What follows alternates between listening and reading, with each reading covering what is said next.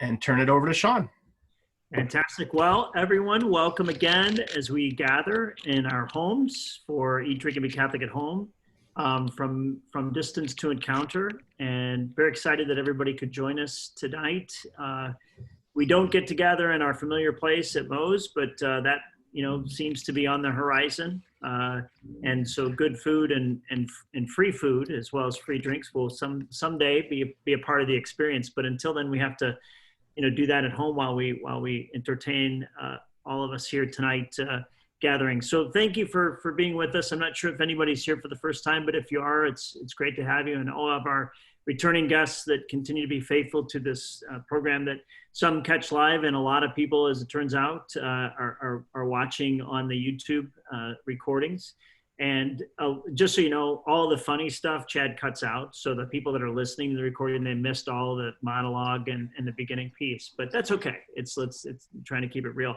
Very delighted that Jon Sweeney has joined us again, and very excited about the opportunities to talk to you. You've been faithful enough to come back, after all of the different times you've been on it. We've not pushed you away, but it's been inviting enough that you're willing to join us again. So excited to talk to you about what is really, for me, has been a very far afield from the other books that you've written. And thematically still there in terms of theology and spirituality and kind of the person and how people approach faith. But just the fascinating piece about the story about Nicholas Black Elk is great in so many ways. And I have to commend you, because someone took upon themselves to take a very different approach in the 1930s, who wrote and I was going to remember his name, John Neihardt. Yeah, so I was going to say Neihardt, but it's Neihardt.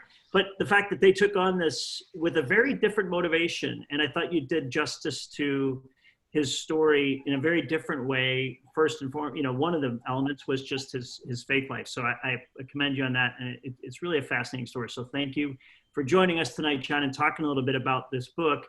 A lot of people wrote in about tonight, and a lot of people are wondering about how the Pope's cat is doing. So I wanted to make sure that I asked how the Pope's cat is, and is there more stories in the horizon about the Pope's cat? Are you joking, or do you want me to answer that? I do want you to answer that. Well, I don't. People probably don't even know what you're talking about. The Pope's Cat is a series of books that I've written and that were illustrated by a man named Roy De Leon. Books for kids, 6, 7, 8, 9, 10 years old, maybe at the most. And there are 4 of them now, and there is one last one coming this fall. It's a 5th one, and it's a prequel. It is called Before Margaret Met the Pope, a Conclave Story. And so I get to teach kids about what a conclave is. I'm really relieved that it's not the death of Margaret. So I'm glad that it's a prequel. That means we know everything's going to turn out okay. No, this is important. It's not the death of this Pope either. Because I didn't want to take one of the characters from the kids and kill them. Right. That would be kind of a tragic way to end the series. And so it's a prequel. It turns out that Margaret was in the Sistine Chapel when this Pope was elected. Oh, spoiler alert. All right. Well, it's enlightening for me. I didn't know they were children's books. I've been reading them. That's probably why I probably get through them faster than your other books. I thought that was, right at my speed, but that's great to know. Hey, in all seriousness, wanted to go back a little bit. So I said it was a fascinating, kind of not far afield from your other books, but just an interesting, decision to write about and how you handle it. But how did, what motivated you to kind of approach the topic of Nicholas Black Elk? What really spurred me was when I heard that the cause for canonization was begun. That was 2017. Sometimes I have trouble getting my years straight. 2017, I believe it was. And it was some of the grandchildren of Nicholas Black Elk who started the movement for the cause of canonization. And then there was a bit of a groundswell in the Diocese of Rapid City. And a petition was then brought before then Bishop Gruss in the Diocese of Rapid City. And when I started to follow that news, I was fascinated because I knew who Black Elk was. I knew that he was Nicholas Black Elk. I knew he had a fascinating Catholic story, not just simply a Native American story that had been well told. And I wanted to write an article. So the book began with a feature article for America Magazine. I pitched an article to America when I saw the cause for canonization was underway, and they were all over it. I was surprised. I mean, it was, I'm a writer, so I do a lot of pitching of ideas to editors and things. And, half of the time the response is, yeah, no, we're not interested, or we did that already, or someone else is doing something like that, or whatever. But this one, they must have said yes within an hour or something. It was amazing. And they even gave me money to fly to, I was living in Vermont at the time. They gave me money even to fly to, I think it might have been to fly to Milwaukee and then drive to the Black Hills. I ended up not being the one who went to the Black Hills and interviewed the bishop and some of the others, though, because I ended up having a co-author for the article, which is another long story. And the article was quite a hit, in the ways they measure these things, clicks and sends and whatever. So then the book came soon after that. Okay. So, but before we get too far, I want to plug the book here. So we and mention, if you haven't picked it up yet, it is available. I'd recommend picking up at Boswell Books on Downer. Jon would also be willing, if you did that, to stop by and sign a copy of the book for you. Boswell's been a great supporter, both of Jon as well as Eat, Drink, and Be Catholic. So we always like to encourage people to support our local bookseller. But here it is, the People of God series, which, Jon, this is your second book in this series, right? Right. The first one was a biography of Father James Martin. And one of the things that he always kids me about is that his picture is not nearly as interesting as Black Elk's picture, but that's because he's not a Lakota medicine man. He could have tried, but I don't think he could have succeeded in that. So for people who aren't familiar with Nicholas Black Elk, can you give us just kind of a thumbnail of his story and where it fits into American history? Just lay out kind of his story for us. Sure. So he was born in there's a bit of a debate as to what year he was born, but he was probably born in 1866 in what is now Wyoming, but was then, of course, simply Lakota territory because, we took all their land. Whites took all their land. Euro-American settlers took their land time and time again. But it was right where, if you can picture the geography, I don't know how good you are at geography, but if you can picture where Montana and Wyoming come together today at right angles, it was right there. And one of the interesting things about John Neihardt, I want to explain who he was because Sean alluded to him. So John Neihardt was the poet laureate of the state of Nebraska in the late 20s, right around 1930. And he was fascinated, as were many people, and many people still are, with the lost civilization of Native American culture and ways of life. And he was writing about it. He was writing poems about it. He was writing, recording myths from those traditions. And he wanted to really focus in on someone and tell a story about lost civilization, lost Indian life. And so he went to the Black Hills and he went looking for someone. And long story short, he ended up finding Black Elk. But it was almost like he went knowing what he wanted to find, and then he created a book called Black Elk Speaks, which tells the story of Black Elk, but does it very much through the lens of John Neihardt, who went looking for exactly what he found. And so the controversy surrounding Black Elk Speaks, which, by the way, then went on to become the biggest selling book about Native American life or a Native American in history in the world. So huge influence of the book. And many of us, read it in college. I read it in college. It's a beautiful book. It's just not necessarily entirely true. And one of the things that's not good about it is that Neihardt tells a story of Black Elk in the early 1930s when Black Elk still had another 15, 16, 17 years to live. And when Black Elk had already for the last 30 years almost been a committed Catholic and a very active catechist throughout the region. But there's no mention of that in Black Elk Speaks. So that didn't really suit the story that John Neihart wanted to tell.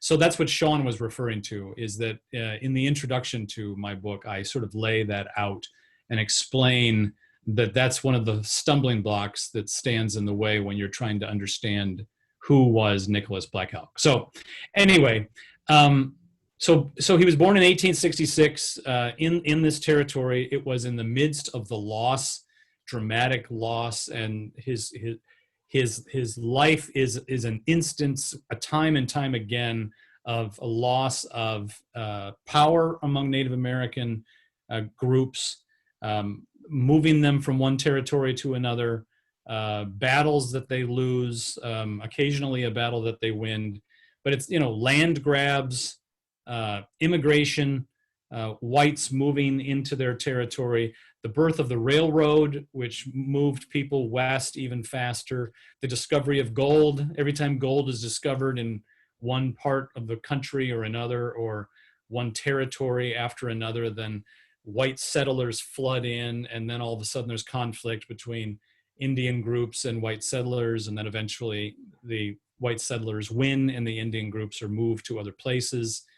And then, of course, the economic depression, also one after another during that time period, broken treaties, charismatic figures, like many people have heard of Lieutenant Colonel Custer, the one who dies at Little Bighorn. He was a larger-than-life character. There was also a guy named William Cody, Wild Bill Cody, who maybe we'll get to that as an episode in Nicholas Black Elk's life. So it was an era. It was the Wild West. It was the Wild West of guns and railroads and gold discovery, and it was the Wild West of tragedy for Native American people. And the one further thing I'll say relating to religion and faith and God is that what was driving some of the white settlement going west was this idea of manifest destiny. Another thing that, we probably remember from high school, the idea that God has preordained that whites specifically are to settle this land and fill it completely and to Christianize it. There was a way in which Euro-American Christians who came first, when they first came here, they looked to certain passages like the verse in Genesis about be fruitful and multiply, and they found ways to justify their behavior. Mm-hmm. But you're right. It was a confluence of all these things, including the Louisiana Purchase and all of the different historical events that sort of just happened at a time where Nicholas Black Elk seemed to be sort of right in the center of things, and all these different momentous events in history, in the center of it all. One of the things you talk about is this great vision. His great vision. Can you describe that and kind of maybe explore how that understanding of that expanded as he became an older man? Yeah, so the Great Vision, and that is what it's called, the Great Vision, is something that happened to Black Elk when he was 9 years old. And it wasn't a great surprise to him or his family that it happened to him. And I'll describe a little bit about what it was in a minute. But Black Elk came from a lineage of medicine men, holy men, who played a role that was kind of akin to a religious leader and a physician all at the same time, and sort of a psychologist, all wrapped in one. His father was a medicine man, his grandfather was a medicine man, and it was part of being a medicine man and being in this lineage that you were to expect to have visions.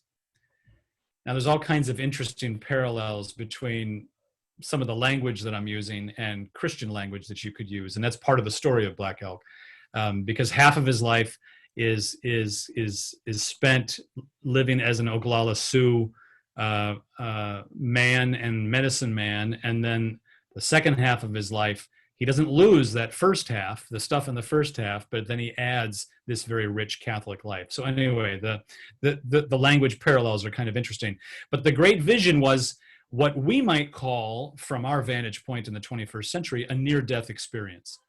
He was 9 years old and he was unconscious for 24 hours at least. And he had this incredible vision, which was a journey. It was a dream that he then retold. And he retold it to John Neihardt, but also to others. And in this journey, he's with his grandfathers, because that's an important aspect of not only his lineage and being a medicine man, but Oglala Sioux, Native American life and understanding itself. And they take him to what Black Elk ends up describing as the center of the world, which he tells us was at the top of Mount Harney, or sometimes known as Harney Peak, and has actually just in the last few years been renamed Black Elk Peak. But what's interesting is that he describes being taken up there so that he can see all the land around, and he's told that he has responsibility for his people. That's what he takes away from this vision. There's all kinds of symbolism. There's the flowering stick, there's the red road, there's these phrases then that recur throughout his life. But the message of the great vision is that he is told that he has responsibility for his people, to lead them to witness the tragedy that they are undergoing, and to help them find the light, to help them find the new path, to the better, the good red road, for the stick to flower, the flowering tree. And he says that not only, he was taken to the center of the world at the top of Harney Peak, but then at another point he says, but the center of the world is everywhere, which is very interesting. Mm-hmm. So anyway, this language recurs later. What I'm about to say, maybe I should wait to say, but I'm not going to wait to say it. It recurs later because the idea is he comes to understand his role as a catechist in the Catholic Church still through the lens of this great vision. Because it's not like he decides the great vision was wrong. It's not like he decides that everything about who he was before he became a Catholic was wrong. Instead, it becomes a fulfillment. So Christ becomes the way on the good red road, and the flowering stick all of a sudden takes on Christological implications as well. And so these symbolisms carry through. Mm-hmm. So talk a little bit about his first encounter with the Catholic Church or the missionaries, and then his own conversion process. Well, his first encounter with the Catholic Church, I don't think I exactly would be able to know about, because he knew a lot of other Catholics. His first wife who died was a Catholic. His second wife was a Catholic when they married before he became a Catholic himself. His kids were even in Catholic school before his own conversion. So there was a lot of Catholicism on the reservation. There were Jesuit missionaries there who had been influential for all of Black Elk's life. But the episode maybe that you're referring to, because there is an episode where his conversion, there's a catalyst for his conversion, and it's a time when there's a child who is in need of physical help from the local medicine man, or from a doctor, or perhaps, because it was quite serious, from a priest. And it turns out that somehow the family called not only the medicine man, well, not called, there were no telephones, but, called, somehow sent for the medicine man, and also sent for the priest. And Black Elk gets there first, and he's in the teepee, and he's taking out all of his implements and his various things, his drum and his pipe and all the things that he uses as a medicine man, and he's starting to work with the child. And then the priest sort of comes rushing in and throws Black Elk out of the tent. The account is that it actually was almost violent. Physically throws him out, almost like get away, Satan kind of. And what's fascinating, and an instance of a real example of Nicholas Black Elk's, I would say, sainthood, is the incredible humility with which he takes this. I mean, you put yourself in his shoes, you know, I would have been furious, you know, I would have, I'm sure I would have, you know, fought back or said something awful or stormed away or whatever. But what actually happened was, at the end of the day, that same day, Black Elk travels with the priest back to the mission, where he then spends the next couple of weeks essentially in catechism class.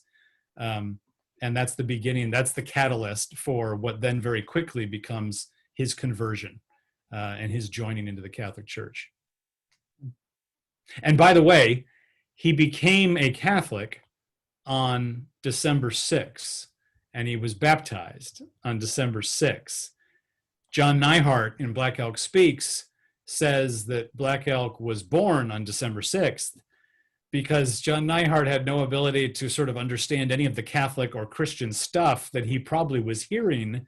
And so what he heard from his interviews with Black Elk was Black Elk telling him that he was born on December 6th. But what Nicholas Black Elk meant was he was born into the Catholic Church on December 6th. Yeah. Which is also why he has the name Nicholas. Yeah. Because December 6th, it's the feast day of, Nicholas. Saint Nicholas. Yeah. Yeah.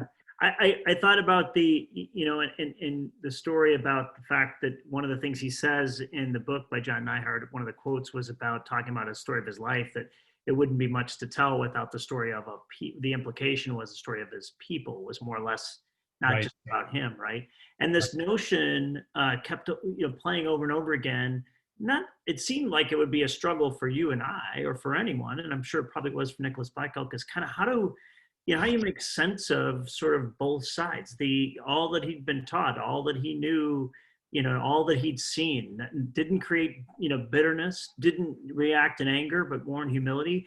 And then, square that up with, the teachings of Catholicism. And, that's fascinating to me, when you peel back about the man himself, that when he had to, what he went through and that duality piece was really fascinating. And he didn't have to lose what made him, what so influenced him, that all of it influenced him, so that the conversion really could become real, that vision could become real. Well, yes, I agree completely. And this also gets back to what I'm about to say, I think gets back to answering your first question. Because your first question was, what drew me to the story, or, how did I get started being interested in Nicholas Black Elk and writing about him? And this is definitely a theme that interested me from the beginning, why I wanted to spend a lot of time researching and writing and thinking about Nicholas Black Elk, is this theme of what a lot of people call double belonging. Dual identity, perhaps, double belonging. Someone who is not simply and clearly and only identified with one religious tradition or one spiritual practice or one religious practice. Because that is part of the story of Nicholas Black Elk, and it's part of what some people have difficulty with him on. There's a portion in the book where I sort of ruminate on how I'm kind of surprised that I never hear anyone say that they would be shocked to see Nicholas Black Elk canonized as a saint because he killed people, because he did. We haven't gotten into that, but he was a witness to the terrible events that sort of decimated his people. And one of the biggest ones was the Battle of Little Bighorn, where Custer died, and Black Elk killed 2 or 3 men that day. So, that's kind of interesting to me. Try and name, many other saints who killed people. It's not easy to do. Mm-hmm. But no one ever comments about that. What usually troubles people, if you get talking about Nicholas Black Elk's candidacy for sainthood, it's usually on this theme of, yes, but did he fully leave behind his medicine man practice or his Lakota ways of life, et cetera, et cetera? And the answer is no. So it is complicated. He did not fully leave. There was a way in which his Catholic faith became a fulfillment of all these things of his life, the great vision and all of the example, all of the various struggles and suffering that he had personally experienced, and that he had seen as his role to help his people. He ended up spending 4 decades helping his people as an incredibly successful catechist, and felt that Christ was the missing element in his life and in the life of his people. But that doesn't mean he put away his pipe. It doesn't mean he put away his drum. It doesn't mean that he put away his native ways. In fact, late in his life, he was often reenacting Lakota ways of life in public forums. And that included some of his medicine man ways and practice. And so a lot of people call this like double belonging, double identity. Well, I think this is one of the things that really drew me into the story, because in some ways, that's what Catholicism has always done, isn't it? Is assimilates what is good in culture, in other religious traditions, in philosophy, to itself. And so I'm curious, I always wonder why some assimilation is trustworthy and people don't have a problem with it, but why in the case of Native American spirituality, what do you think it is that is more suspicious to maybe a European-centered Catholicism? Wait, ask the question again. Well, why do you think people are uneasy with the assimilation of Native American spirituality, whereas maybe they're not when it comes to, bringing Aristotle into Catholicism, or bringing, whatever traditions we've assimilated into our faith? I think because they don't understand how Aristotle was brought by Thomas Aquinas into Catholicism, number one. But number two, I think it's because they use the word pagan. People who have these anxieties, I think, are usually thinking in terms of you're supposed to leave all of that pagan stuff behind. But one of the real geniuses of the Jesuits, there were a lot of missionaries who went west, Protestant missionaries and Catholic missionaries, and then lots of different subgroups within those larger groups. And it was the Jesuits in particular who still, by the way, are very active in the Black Hills in the places where Nicholas Black Elk spent his life.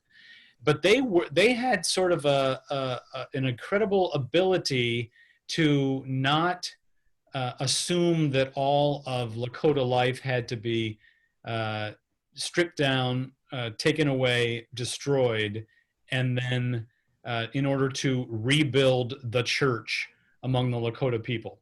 Because that was the perspective of so much missionary endeavor for centuries, and still is, the way that a lot of missionary endeavor is handled.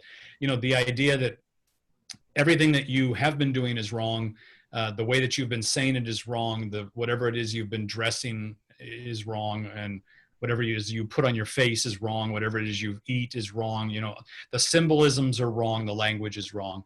And instead we're going to replace it with Christian language, which of course, like you're saying, Chad, means Christian language and symbols exactly from my culture where I come from, which in this case would be European, French or Spanish or whatever.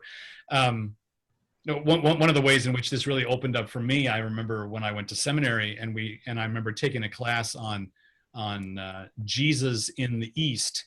And, we had like the Japanese Jesus and the Chinese Jesus and the Indonesian Jesus. And I was like it blew my mind. But people actually look at Jesus in ways that aren't European. It's just shocking. All of a sudden Jesus feels a little bit like Buddha, and it wasn't wrong. It was just a different, enculturation. So anyway, I think it's because there's this paganism assumption. But what the Jesuits were able to do, what the missionaries were able to do, is what we should be able to do, which is they saw the language that the Lakota used, the Great Spirit, and they said, well, that's God the Father. I mean, they were able to take what was already there, see the vision that it already had for God in the world and God's place in human life, and then to add onto it what needed to be added in order for the church to be there. And so when Black Elk became a Catholic, he took on the life of the sacraments. And he did talk about how certain things that were from his previous life he knew now needed to be changed. Like, for instance, you don't go into battle and scalp someone. That's an extreme example. A little bit lighter example would be forgiving your enemies, praying for your enemies. Some of these are not really natural at all to Lakota religious practice. So there were some ways in which Nicholas Black Elk made it very clear that Christ transformed his religious and spiritual life, but he also made it clear that not everything had to change. There was so much that was also continuity. Yeah, it's striking because so much of, I think about the conversion, and as an example or relational example would be the conversion of Mexico through Our Lady of Guadalupe, right? You know, that was a version of Mary that was very much culturally appropriate to sort of their experience, you know, and in some ways, I mean, you know, I think Augustine would say, right? St. Augustine would say, well, if you think if we sort of conjure up what God looks like and the rules by which, you know, that's not God, right? So why wouldn't God be able to be, you know, so all those things, the Asian version, Eastern Jesus, and culturally befitting to the people of Mexico. You know, maybe the paganism comes in our inability to sort of, you know, see beyond the boundaries of our own sort of making of who God is. And instead of it causing bitterness and anger and struggle, which I'm sure there was some of that for Nicholas Black Elk, it seemed to sort of just build upon, and maybe through the Jesuits saying, allow that to be all of what makes you richer. And all of your culture just brings you greater, you know, sort of experientially from that vision, that it sort of plays out over time, as opposed to sort of, it just got to fit in this little box. I think that's right. I think pagan, over the centuries, pagan has often been a name that we give to what we don't understand. Right, right. Can you talk, you know, our theme this year has been all about encounter, and reading the book, there's so many encounters that seem crucial to Nicholas Black Elk's story. And one of the ones you had alluded to is his encounter with Wild Bill Cody, and then his time in England. Can you talk a little, first tell that story, and then maybe I'll try to remember to come back to it, but talk a little bit how do you think that encounter influenced his view of the world, of faith? Yeah, I think that is a great encounter, is a great word for what that was all about.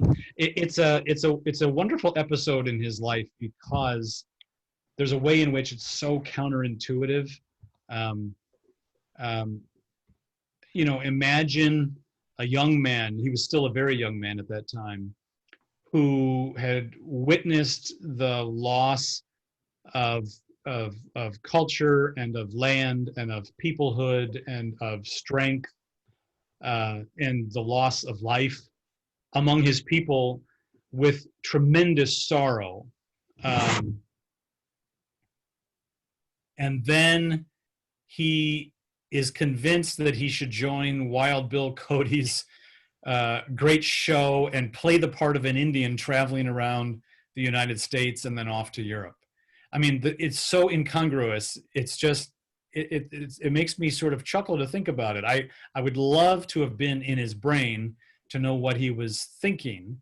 Why would he do that? Because what he essentially was doing was, this was like the circus for showing Native American life. But even worse than that, it was right at the time when white settlers were actively and intentionally destroying Native American life.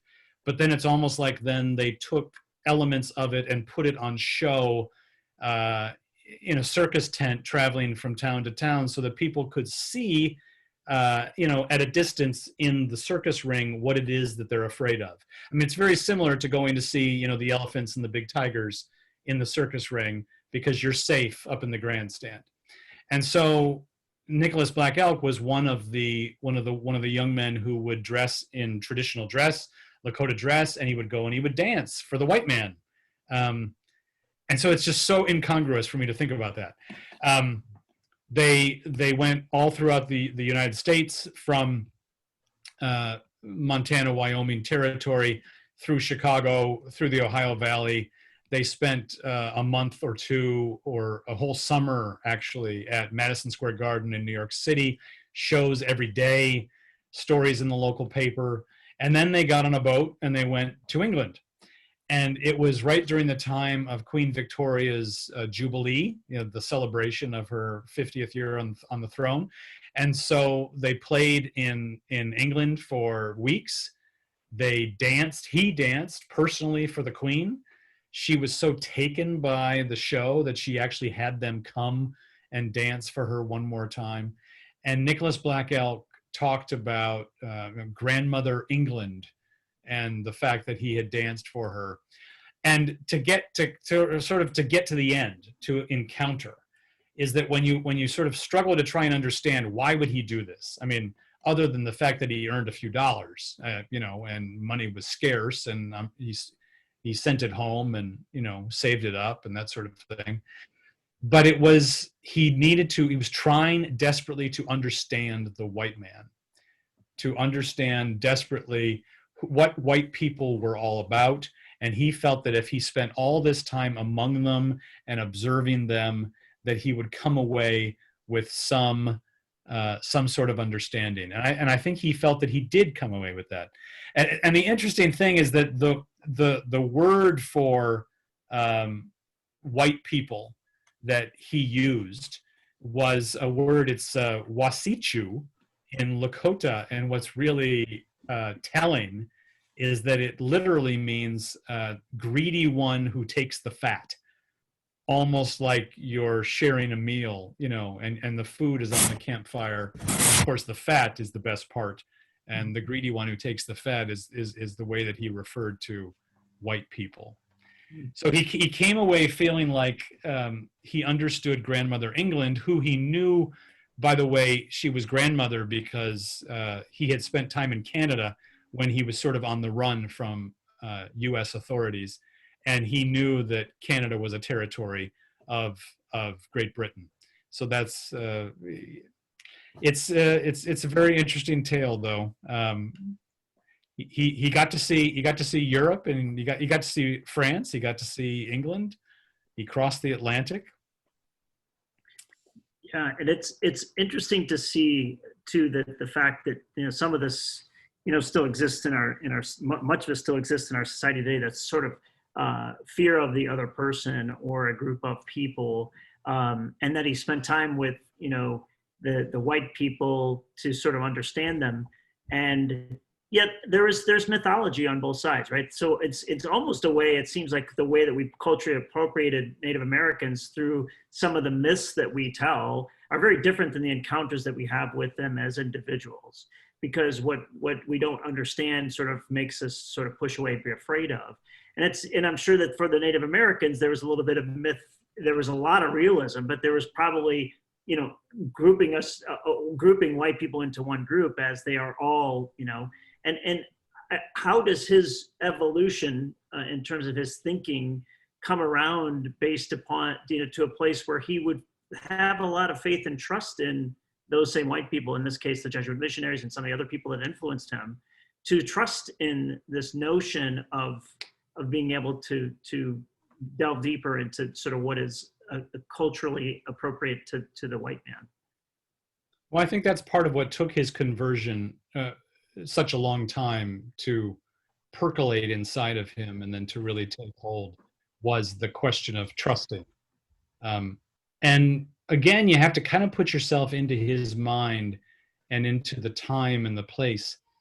To many people then, and even today, to many Native American people today, it feels like a betrayal for one of their own to convert to Roman Catholicism.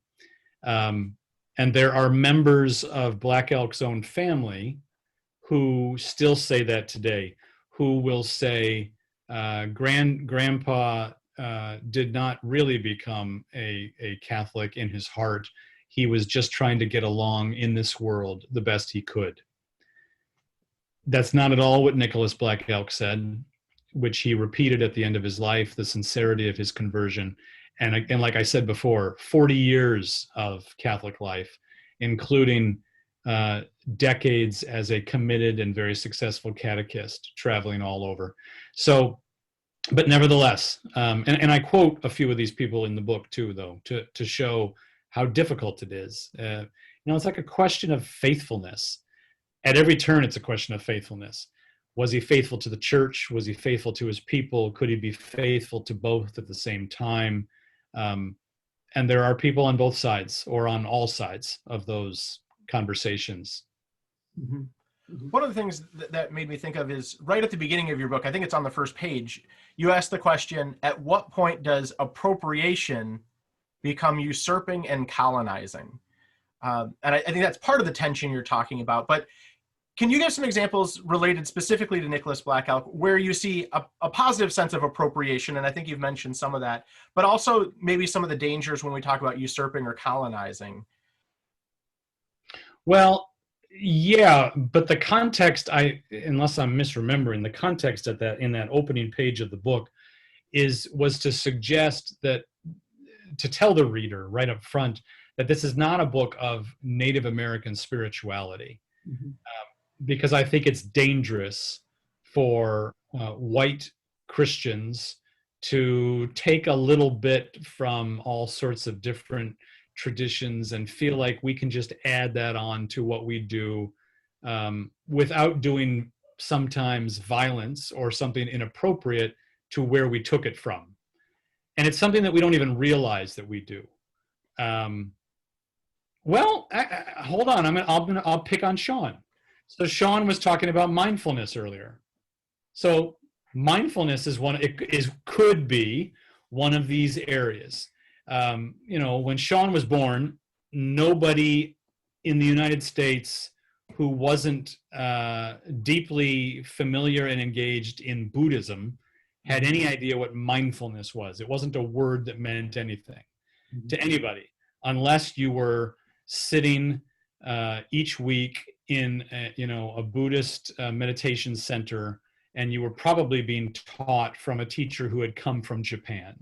Mm-hmm. But now, my fourth grader in public school in Shorewood has mindfulness, for like 10 minutes every day in school. It has become so common. And Sean was referring to it in his own life in a very common way that makes perfect sense. But I would imagine that there are Buddhists, Japanese Buddhists, who are a little annoyed with how we've taken that beautiful thing from their tradition and put it into our own tradition. My concern was, in saying that at the outset of my biography of Nicholas Black Elk, was to say that I'm really just wanting to tell a history here. I'm wanting to tell a story, and it has lots of implications, and it has a bit of theological reflection and all sorts of other things, but I'm not going to just sort of describe and engage you in Native American spirituality like the ghost dance or the pipe and the drum, and certainly not in a way that's going to encourage us to incorporate those things into our own spiritual lives, because I think that can be dangerous. Sure. Well, without oversimplifying that, though, whether it be, in your case, an example of mindfulness, but if you take it to sort of the Native American, Native spirituality, even though part of its history are there principles and practices that you think, when you think about Nicholas Black Elk, that he carried forward, would be something that kind of, was things that are, thoughtful to think about, whether it be incorporated into our prayer in the sense of, when you think about Pope Francis and his view of the world and sort of, the global, ecosystem, that the Native Americans have a very connected view to the earth, to Mother Earth, to the way that they treated Mother Earth, how appalled they were with what was happening to the buffalo, which was, as you said in the book, is intended to sort of move the Native Americans out. If they didn't have the buffalo, they'd leave, kind of thing. Are there things that the Nicholas Black Elk had, lessons that can be sort of taken, not appropriated, but sort of learned from to expand and sort of enrich our own faith life? Yes, and I'll answer that, but I just realized I should say one other thing about the appropriating, which is, of course, it's worse, too, if we appropriate something from a tradition that we've already colonized and destroyed.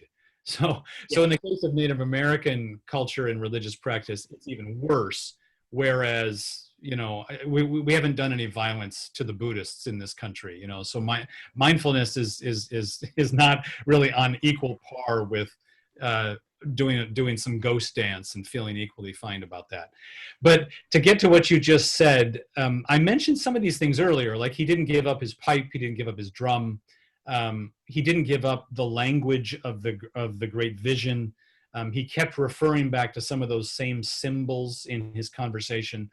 But a more, concrete example is Great Spirit. He continued to refer to God as Great Spirit. Now, I think we've gotten more used to metaphorical language for God in our prayers today in the 21st century. But, in 1920, in a Catholic church in Manderson, South Dakota, to pray to God as Great Spirit would have seemed dangerous to some people. Black Elk didn't want to give up all that sort of language. So there was Father, Son, and Holy Spirit, but also sometimes there was Great Spirit. And it's very similar to what you were using language a minute ago of Mother Earth. And one of the things that I try and say in my book and in other contexts I've tried to say is that we shouldn't be shocked by that language anyway if we know our St. Francis of Assisi. Mm-hmm. St. Francis of Assisi, 800 years ago was talking about Mother Earth. So why are we so surprised by it today? Frankly, it's one of the examples in which I often give that Francis of Assisi was so far ahead of his time. I mean, it's like we haven't even caught up to him yet. But anyway, there's almost like an indigenous wisdom in Francis of Assisi's Canticle of the Creatures. Mm-hmm. Well, and you bring up a couple other people you've written quite a bit about, and I think this is one of those touchstones. Francis of Assisi, Thomas Merton. Where would you see that Venn diagram coming together on the work that you've done with Thomas Merton, with Francis of Assisi, with Nicholas Blackhawk? What are some of the common threads that you see and that attract you to those specific people? I'm attracted to all of them. I see them all as wisdom figures. Their spiritual teaching is aiming at instilling wisdom in us, discernment and wisdom. And that's different than a lot of saints and a lot of teachers of the past. I also see a thread obviously in Nicholas Black Elk, but as I mentioned also in St. Francis and in Thomas Merton, a real respect for mystery. And this one I really like, a respect for what you don't know. That flies in the face of other teaching that we get from other folks at other times and places and in our present day, is that whatever we don't know, we tend to think is wrong, or we say that we're going to ignore it. But instead, there's this deep respect for what is unknown. Mm-hmm. That's what I love about Meister Eckhart too, which is another one of the figures that I write a lot about. So I think those are wonderful qualities that we could use a lot more of. Absolutely. Well, the interesting thing about that whole notion of what we don't know, it reminds me that the concept of how much of what we fall back to is either or. Then when we don't know something, it's either this, black or white, or so much of life seems to be, caught up in the both and. It certainly was for Nicholas Blackhawk, both fully Catholic and fully Lakota Indian, right? So he could see both sides, and it feels like there's a lesson to be learned. When we live in a world where our especially the church is promoting inclusivity and promoting community and promoting this kind of richer, greater world that is, all may be one. But it's far from where we are in terms of how we lay down our, beliefs and our dogmatic approach to sort of what inclusivity looks like. And that's a myriad of topics that go a lot of different ways. But the concept is, wouldn't it be great if we were sort of mirror, Jesus being fully divine and fully human, that he's not just one thing. It's not just either or. That concept of duality and both and is so vital throughout this whole book. And it seems like there's lots of lessons, not only about social distance to encounter for tonight, but just about our society today. that this is what speaks to me about Nicholas Black Elk being relevant to, to even now. Yeah. Yeah. Absolutely. I agree completely. And so what do you think some of the implications of Nicholas Black Elk's historical life that you captured that resonates today, given the climate that we live in, coming off of what has been a culmination of lots of crazy things in 2020, not to mention the pandemic and social unrest and all the things that are happening, where so much of it is divisive, where would this man's life sort of stack up against, what we see in our modern day? I'm not sure, Sean. I'm really not sure. I think that he had great respect and curiosity Mm-hmm. for what he didn't understand, and also for his own gifts and his own talents and ministry. He's definitely had a sense of vocation from very early on. That vocation, was transferred sort of from Lakota life to Catholic life, but at the same time, there was a continuity to it. It was to minister to his people. And he did that very, very well. But he remained open and curious, a conversation partner, and like I said before, respecting what he didn't know and what he didn't understand. That was part of the curiosity. Mm-hmm. So, I think he's a figure for us in all of those ways. He also was one of the arguments that people are making for his canonization, because you create briefs of all sorts of arguments on all sorts of levels, but he's also someone who experienced a heck of a lot of suffering, not only sort of witnessing the suffering of his people. He was present at Little Bighorn. He was present at the massacre of Wounded Knee. So his life really threads through the tragedies of his people, but also personal suffering, death and illness and all sorts of other things. And those kinds of experiences tend to thread through the lives of the saints. So there are ways in which he was profoundly human, and there are ways in which I think he was profoundly saintly. And I think more and more people are discovering him, and I'm happy about that. Mm-hmm. Can you, maybe as a final thought, can you give us an update? Where is his cause currently? What's the process look like for him right now? And what are your thoughts moving forward as to what the timeline might look like? Yeah, well, it's interesting. So I'll give you sort of an inside baseball and wait, do you call it outside baseball? Baseball. Yeah. Baseball and an outside baseball thing. So on the inside baseball side, one of my good friends, actually it was the guy who co-wrote that article with me that preceded the book, was one of the vice postulators, as they are called, of the cause, which means that his job was to travel all over the place and talk to people about Nicholas Black Elk and get people sort of interested in learning and discovering him. And that period of time came to an end about a year ago. There were, by the way, another vice postulator was Mark Thiel from Marquette, which maybe some of you know. He has just retired, longtime librarian archivist at Marquette. Anyway, that period of time came to an end because the cause, this is the language that they use, because the cause was then sent to Rome. So the cause was taken by someone who is really good at taking all this paperwork and all of this accumulated material and then sort of pitching the case in Rome among the curia and so on.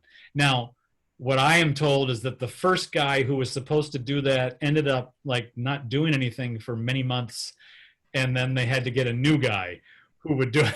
And so there now is a new person who is doing the job in Rome. But then meanwhile, because the vice postulators did such a good job, there's so many people who are interested in Black Elk, and the cause sort of continues. One of the things that I love about the saints business, in the church, is that even today, there's a way in which it's really similar to what it was even before there was even a formal process. I mean, as people probably know, before there was a formal process for making saints, a saint basically was declared when enough people were treating that person as a saint. I mean, when enough people were sort of acclaiming this person as a saint, or were saying, oh yeah, of course there's been miracles related to, you know, the intercession of Nicholas Black Elk, because I've been praying to him for decades, or my grandmother prayed to it, you know, or whatever. Well, you know, in the 5th century, that's how saints were made. And there's still this democratic quality of it today. If enough people are talking about Nicholas Black Elk, they're discovering his life, they're interested in his life, they're reading about him, and they're starting to treat him as someone who is in heaven, to whom we might plead our case and ask for some intercession, then things happen, you know, things start churning. So anyway, I looked up the cause just the other day, and there is a Black Elk, I think it's called Nicholas Black Elk Working Group, that still exists in the Diocese of Rapid City in South Dakota. And they say that there are 2 miracles that look pretty good in terms of verifying them. So there's a process going underway now to try and verify that these are true miracles and that they are truly related to the intercession of Nicholas Black Elk. That's all I got. Wonderful. Thank you, John.